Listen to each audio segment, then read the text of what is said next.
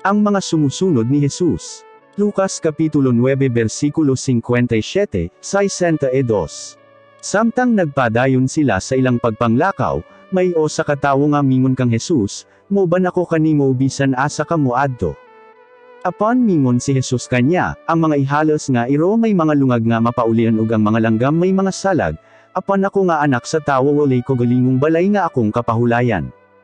Anya mingon si Jesus sa o sa katawo, o ban kanako. Mitubag ang tawo, Ginoo, mupauli una ako aron sa paglubong sa akong amahan. Mitubag si Jesus kanya, pasagdi ang mga patay sa paglubong sa ilang mga minatay. Apan ikaw, lakaw ug iwali ang mahitungod sa paghari sa Dios.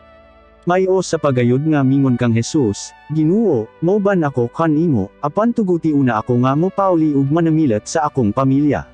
Mitubag si Jesus kanya, ang tawo nga magdaro nga magsigaglingi dili angay nga masakop sa paghari sa Dios.